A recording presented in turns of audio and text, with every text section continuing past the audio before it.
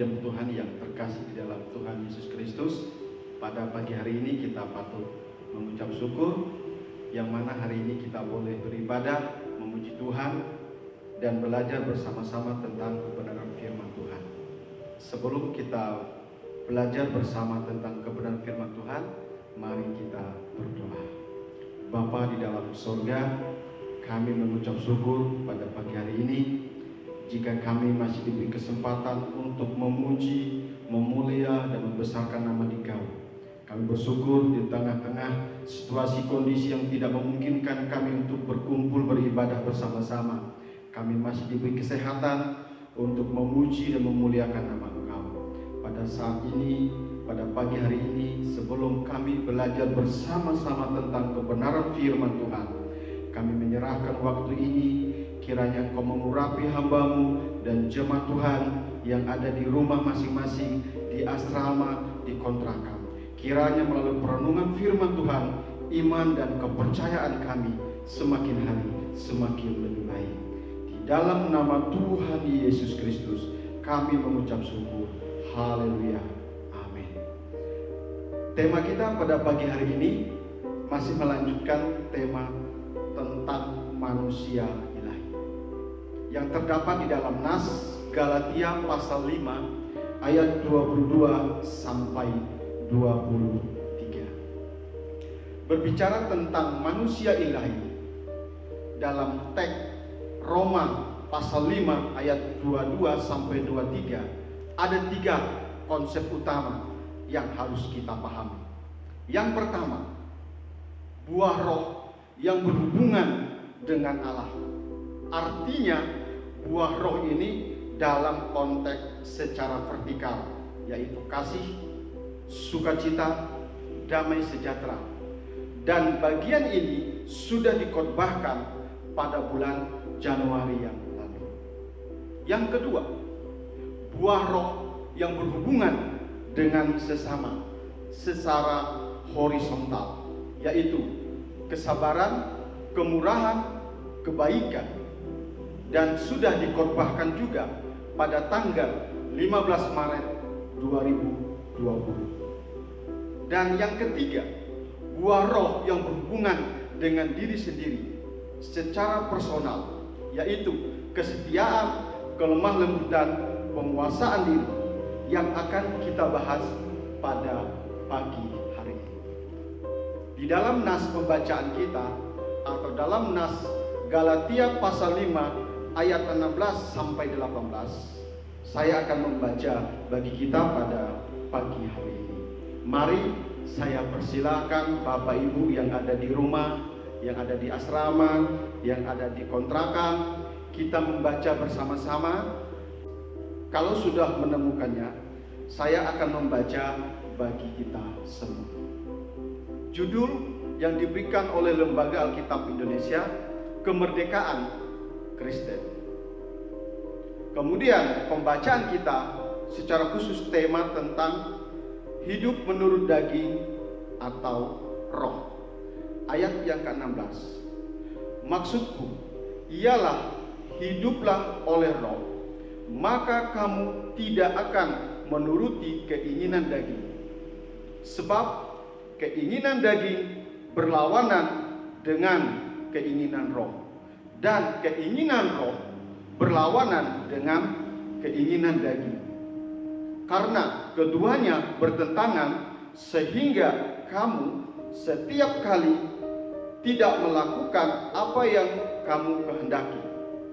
Akan tetapi, jikalau kamu memberi dirimu dipimpin oleh roh, maka kamu tidak hidup di bawah hukum Taurat. Kembali kepada pembacaan kita di sini.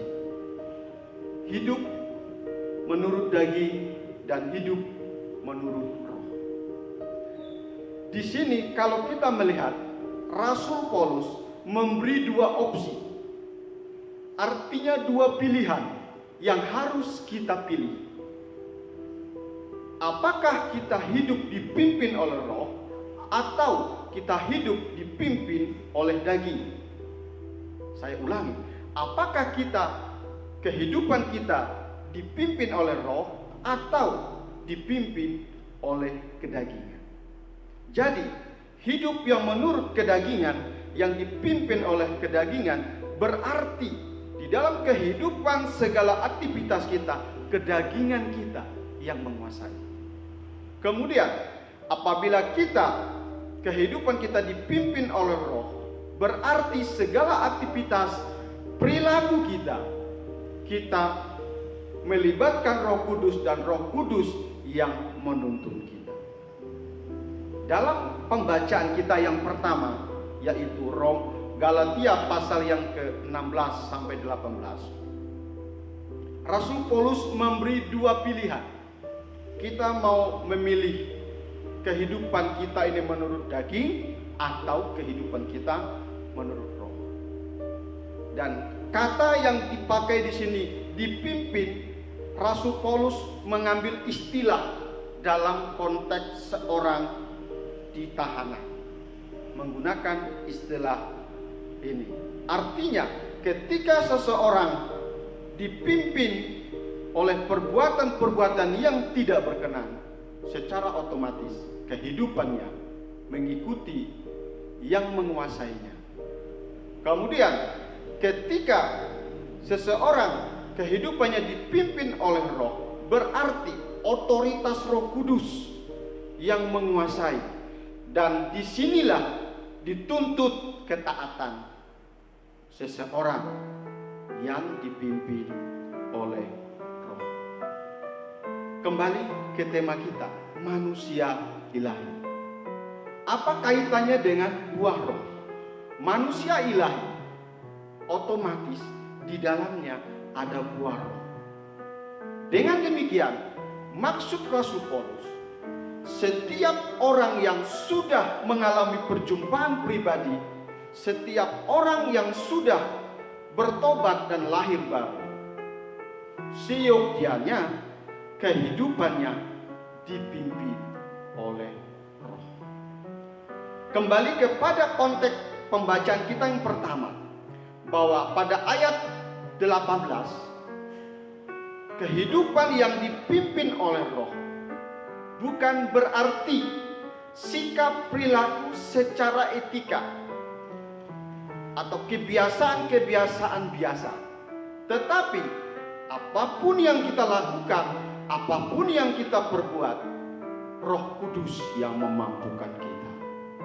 Kembali kepada persoalan, kenapa Rasul Paulus menulis surat ini kepada jemaat di Roma, dan khususnya pada pasal 5 ini?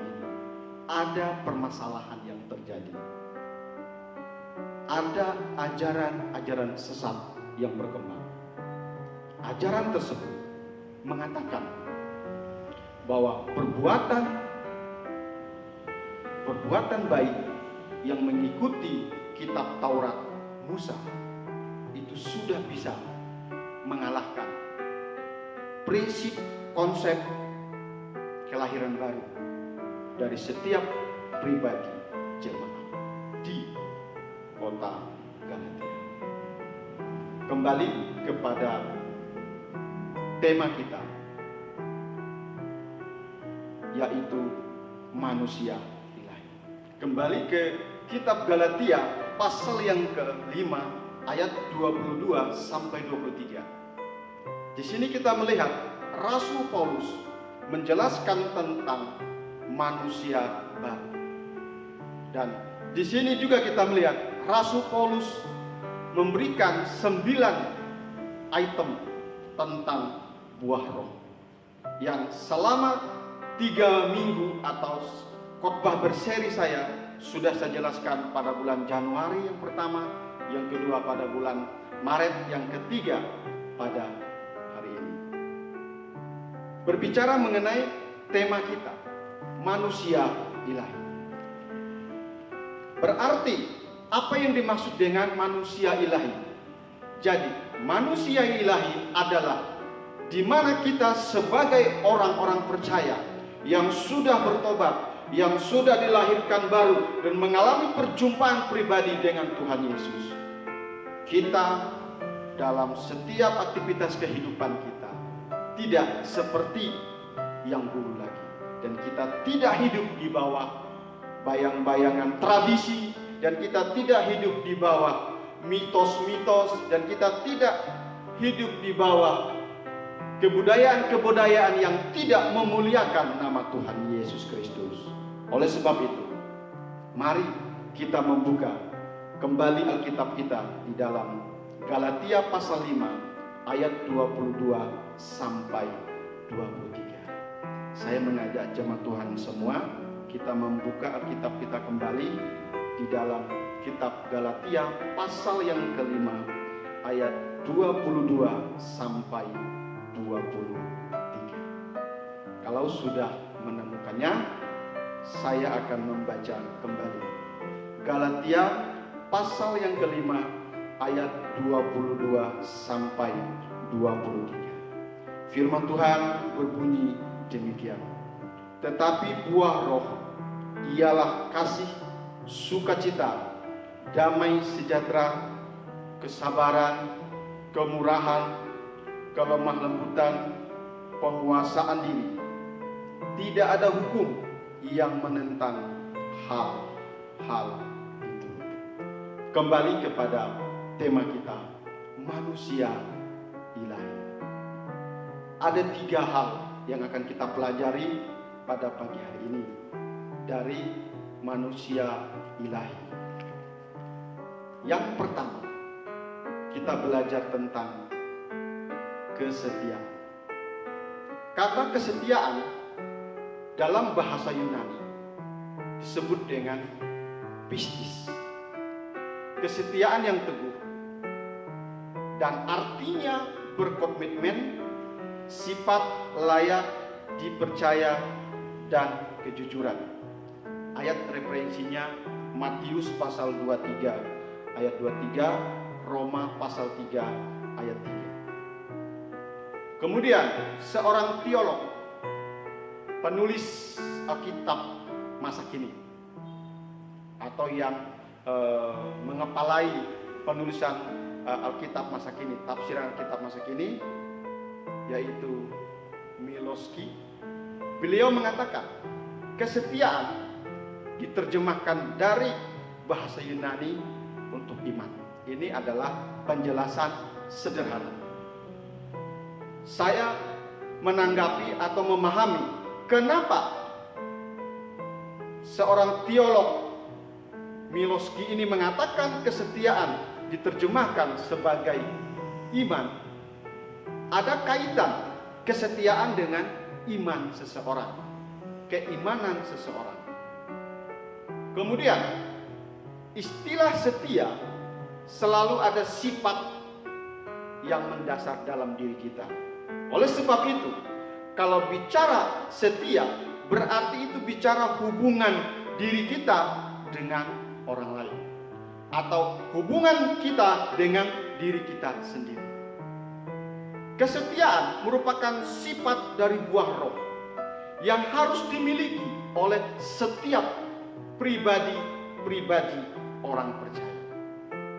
Dengan adanya sifat dan sikap setia, menjadikan setiap orang percaya, menjadikan setiap anak-anak Tuhan melakukan perintah nasihat dari firman Tuhan, dan terkhusus meneladani kesetiaan Tuhan Yesus Kristus. Mengapa? Tuhan Yesus Kristus sudah lebih dulu setia. Dia sudah lebih dulu membuktikan kesetiaannya. Mulai dari dia lahir sampai tumbuh dewasa menjadi pelayan yang luar biasa, sampai dia meninggal, sampai dia melakukan pelayanan yang luar biasa.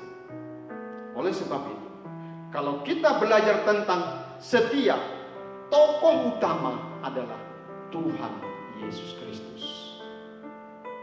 Kembali kepada kesetiaan. Dengan adanya kesetiaan dalam setiap pribadi kita orang percaya, secara khusus dalam mengikuti Tuhan, di tengah situasi kondisi hari ini, di mana hampir semua belahan dunia, informasi, berita, baik yang benar dan tidak benar tentang COVID-19. Bisa membuat kita tidak setia, bisa membuat kita meninggalkan Kristus, bisa membuat kita tidak mau beribadah, tidak mau berdoa. Apabila konsep dalam diri kita dan kita memiliki sifat sikap kesetiaan dalam mengikuti Tuhan Yesus Kristus, dalam kondisi apapun, permasalahan apapun, termasuk hari ini, dengan kondisi situasi hari ini, saya percaya Bapak, Ibu, saudara-saudara, kita tetap setia.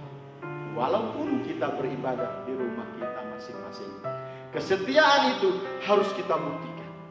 Kesetiaan itu harus menjadi bagian dalam setiap kehidupan kita orang percaya.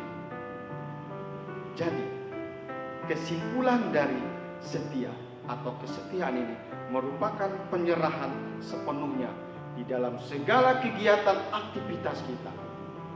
Kemudian kita terapkan dalam situasi, kondisi apapun yang kita hadapi hari ini. Amin, Bapak Ibu. Ya. Yang pertama, kesetiaan. Lalu yang kedua, bagian yang kedua kita akan melihat yaitu kelemah lembutan. Dalam pembacaan kita, kelemah lembutan. Kemudian dalam bahasa Yunani dipakai kata di sini adalah prautes, yaitu pengekangan yang berpaduan dengan kekuatan diri. Jadi pengertiannya kelemah lembutan lebih kepada bagaimana pengendalian diri kita.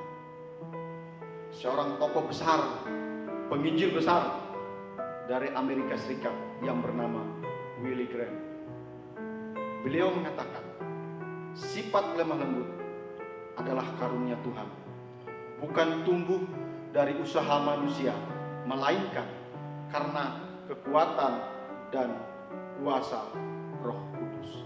Maksudnya apa?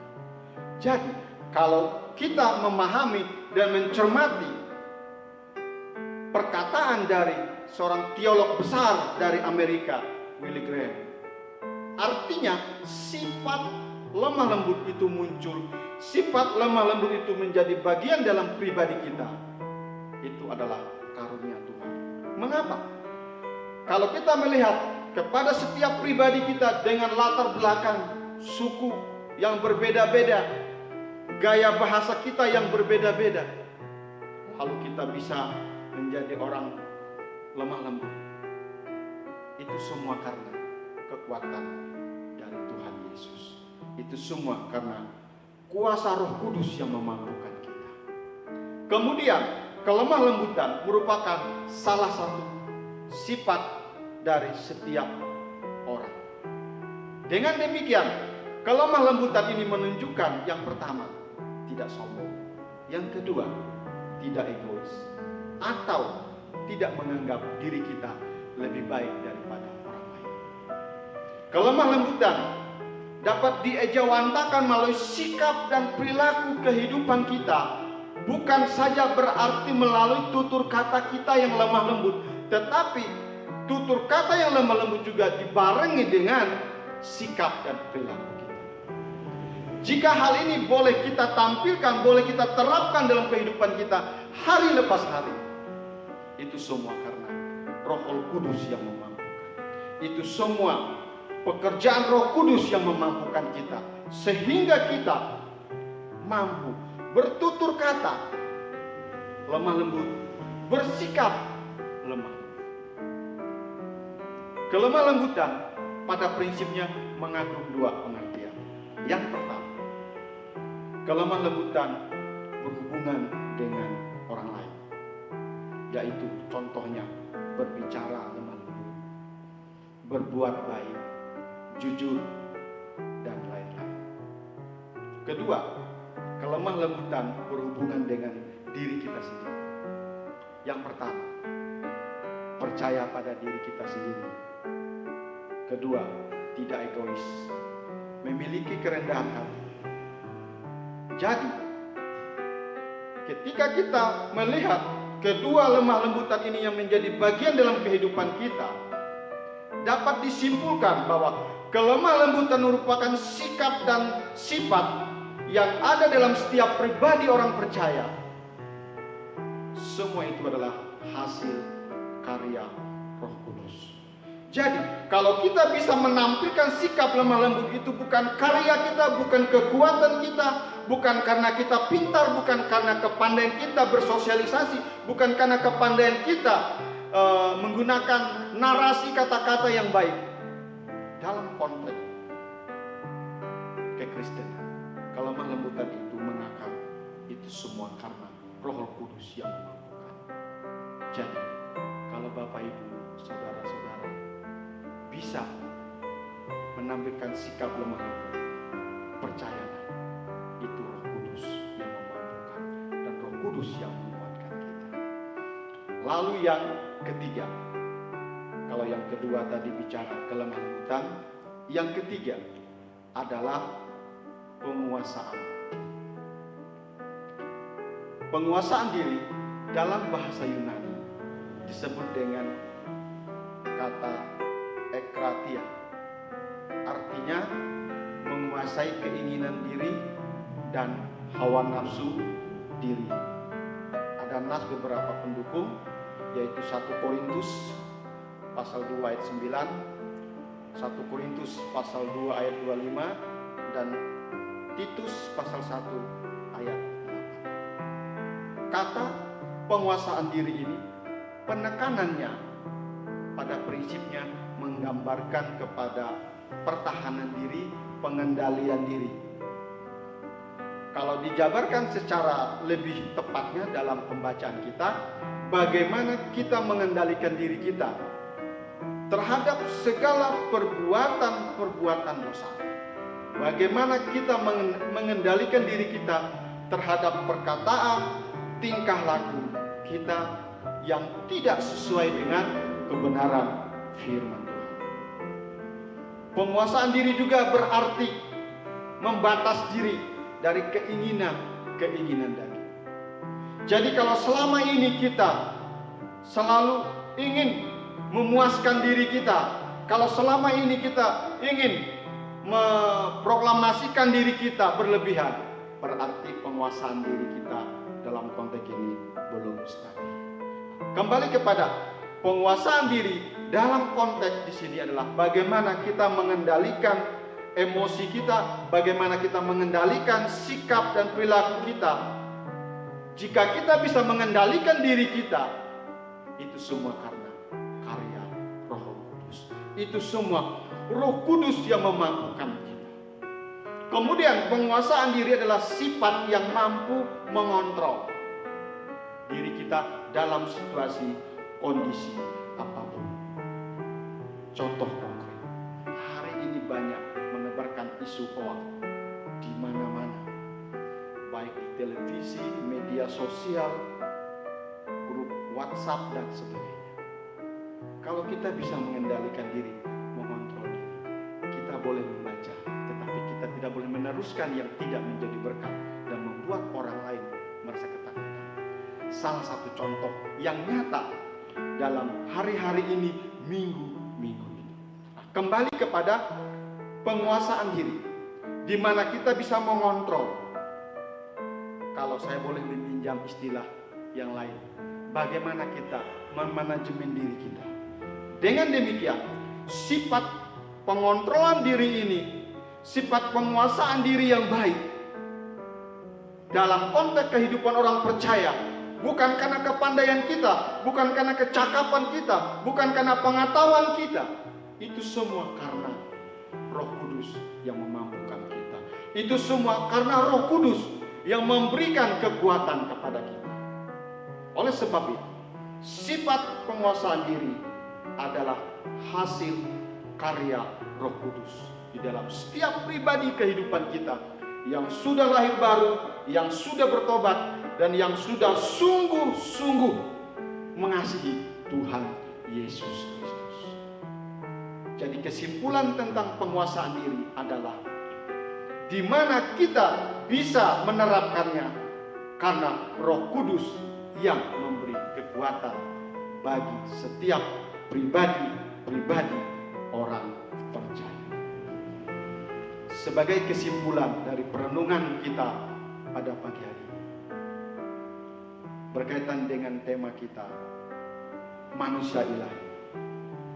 Lalu dengan pembahasan kita pada bulan Januari kemarin, kemudian pada bulan Maret, dan endingnya pada minggu ini, bahwa buah roh yang adanya 9 ini, yang 3 pertama hubungannya dengan Tuhan, yang kedua dengan sesama, yang ketiga dengan diri kita sendiri, harus menjadi bagian dalam kehidupan kita, harus menjadi ciri khas dalam kehidupan kita, harus menjadi gaya hidup kita sebagai orang-orang percaya, secara khusus jemaat Tuhan yang ada di GKI Yogyakarta.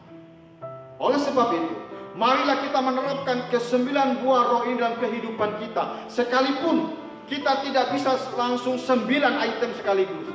Saya percaya kalau kita berserah penuh kepada Tuhan, dan saya percaya kalau kita melibatkan Roh Kudus dalam kehidupan kita, tidak ada yang mustahil. Ke-9 buah roh ini akan menjadi bagian kehidupan kita. Dan secara khusus kesimpulan pada pagi hari ini, marilah setiap kita, orang percaya kepada Tuhan Yesus Kristus, menerapkan dan mempraktekkan sikap dan perilaku. Yang pertama, kesetiaan. Yang kedua, kelemah lembutan. Yang ketiga, penguasaan diri. Artinya ketiga buah roh ini yang berhubungan dengan diri kita sendiri, mari kita terapkan dimanapun kita berada. Di kantor kita, di pekerjaan kita, di rumah tangga kita, di asrama, di kos kita, di kampus kita, dan dimanapun kita berada. Saya percaya dan yakin, ketika buah roh ini kita terapkan dalam kehidupan hari lepas hari, kita akan menjadi berkat, dan kita adalah bagian dari manusia. Amin. Mari kita berdoa. Bapa di dalam surga, Bapa yang baik, kami berterima kasih pada pagi hari ini. Kami sudah belajar bersama-sama tentang kebenaran firman Tuhan. Secara khusus pada bulan Januari yang lalu, kami telah belajar bersama-sama tentang buah roh yang berhubungan dengan Tuhan. Kemudian pada bulan Maret, kami sudah belajar bersama-sama tentang buah roh yang berhubungan dengan sesama kami. Dan pada hari ini kami sudah belajar tentang buah roh yang berhubungan dengan diri kami sendiri. Kami rindu Bapa, ke-9 buah roh ini dan ketiga buah roh yang kami pelajari pada pagi hari ini boleh menjadi rema, boleh menjadi bagian setiap kehidupan kami. Artinya kami jemaat Tuhan tidak hanya mendengar, tidak hanya memahami, dan kami rindu supaya setiap pribadi kami, orang tua, anak muda, sampai anak-anak kecil, semua kami boleh menerapkan ke-9 buah roh ini di dalam kehidupan kami hari lepas hari. Ketika kami sudah mampu menerapkan, berarti kami sudah menjadi bagian dari manusia ilahi. Dan manusia ilahi itu adalah segala hal perilaku yang kami lakukan adalah berdasarkan kekuatan dan pertolongan dari Engkau ya Bapa, dan secara khusus Roh Kudus yang memampukan setiap pribadi kami lepas pribadi kami. Terima kasih Bapa, terima kasih untuk waktu penyampaian firman Tuhan. Kami percaya apabila kami sudah memahami, kami mengimani firman ini menjadi rema dan menjadi bagian dalam setiap pribadi lepas pribadi. Di dalam nama Tuhan Yesus Kristus kami sudah berdoa dan mengucap syukur. Amin.